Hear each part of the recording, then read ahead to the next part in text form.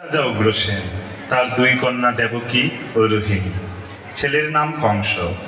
ছোটবেলা থেকেই সে ছিল অত্যাচারী ও নিষ্ঠুর। নিজের পিতাকে কারাগারে বন্দি করে একদিন সে নিজে রাজা হল। তারপর শুরু হলো দেশের লোকদের উপর অত্যাচার। নিজের বোনেরা ছিল তার প্রিয়। যথাসময়ে তার দুই বোনের সঙ্গে বসুদেবের বিয়ে দিলেন। নিয়তির বিধানে নিজের মৃত্যুর বীজ নিজেই রোপণ করলেন। একদিন কংস দেবকী বসুদেবকে সঙ্গে নিয়ে ফিরছিলেন রথে করে।